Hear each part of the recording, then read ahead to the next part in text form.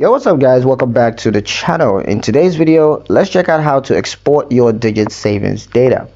Exporting your savings data from Digit gives you a detailed view of your transactions, perfect for budgeting, record keeping, and sharing with a financial advisor. So here are the steps to export your savings data from Digit.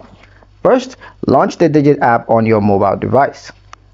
Next, tap your profile icon in the menu. Usually you can find that in the top left or bottom right corner. Look for an option like settings or accounts or report. Once you're there, tap the option that lets you download your transaction history or export savings data. It could be labeled as export data or transaction history. Next, choose the time frame. So specify the period that you want to export. It could be the last 30 days, the last year, or you could just set a custom date. Next, most exports are provided in CSV or PDF formats, so you can choose the format that works best for your needs. It could be PDF or CSV. Now download or send via email. Now either download the file directly to your device or you can choose to email it to yourself for safekeeping or analysis.